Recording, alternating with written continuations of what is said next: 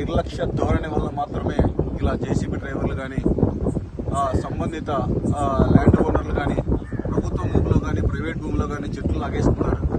చైతన్యం చేయాలి.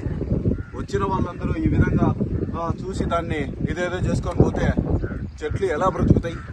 ఈ ప్రాంతంలో ఎడారిలో మారిపోయింది ఈ రౌత ప్రాంతము. ఆర్ఎన్బి వాళ్ళు అంత డబ్బులు ఖర్చు పెట్టి చెట్లు పెంచారు. ఆ రోజుల్లో ఇలా పీకి ఇలా గట్టుల మీద పడేస్తే భవిష్యత్తు తరాల మాట ఏమిటి? ఇప్పటికైనా చైతన్యవంతం కండి. ఇలాంటి నష్టం ఎవరు జరగనీయకండి. చూసిన వెంటనే ఆపి దాన్ని రక్షించాలని చెప్పి కోరుచున్నాను. లేకుండా చెట్లను దొబ్బేస్తున్నారు. రైతులకు అవగాహన లేకపోవచ్చు, జేసీబీ ఓనర్కి అవగాహన ఉండాలి. మర్డర్ చేయమంటే చేసేస్తారా? మొన్న కోర్టు చెప్పింది చెట్టును చంపితే మర్డర్ చేసిన దాంతో సమానమని.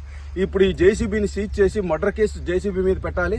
వీళ్ళ వల్ల కరువు జిల్లాలో కొన్ని వందల వేల చెట్లు రోజు వీళ్ళు తీసేస్తున్నారు. పర్మిషన్ లేనిదే చెట్టు జేసీబీ పీకితే ఖచ్చితంగా దాన్ని సీజ్ చేసి దానికి యాజ్ పర్ కోర్టు